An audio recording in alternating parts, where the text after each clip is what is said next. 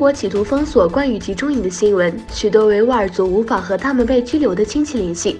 根据居住在挪威首都奥斯陆的多尔孙郭丽女士，她的妹夫阿布利科姆是一个集中营拘留者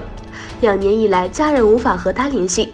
托尔孙郭丽女士通过社交媒体上发布的照片，知道36岁的阿布利科姆被拘押。当她用阿布利科姆的画像参加游行后，她接受妹妹的电话，妹妹用汉语说她过得很好。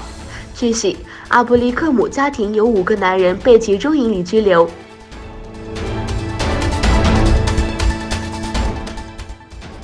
肯尼亚定于星期三开通一条造价15亿美元的新铁路线，这条连接肯尼亚首都内罗毕和地处东非列谷地区的小镇奈瓦沙的铁路由中国承建。反对派人士经常批评火车线的高昂成本。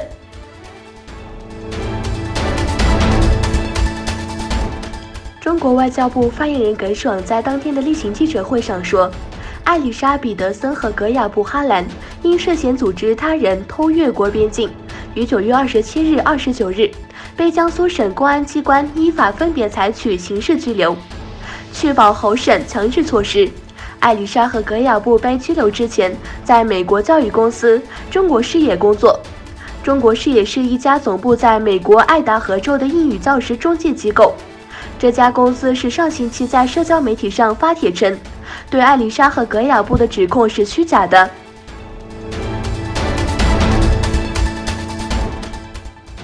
由于抗议活动，中国香港特别行政区行政长官林郑月娥本周第2次被迫离开立法会议。香港特区行政长官林郑月娥16日上午虽然进入立法会议视厅内，准备发表施政报告，但在泛民主派议员的激烈对抗下，他只能宣读数据就被迫离开。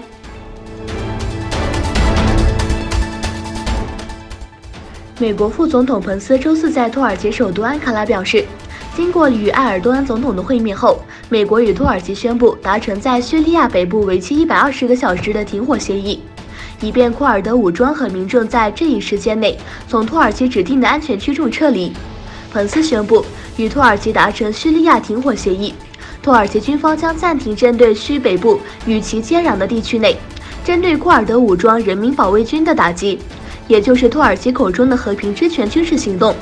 以确保库尔德武装和民众在120个小时内撤离安全区。另一方面，美国总统特朗普发推文写道：“谢谢你，埃尔多安，数百万的生命将得到拯救。”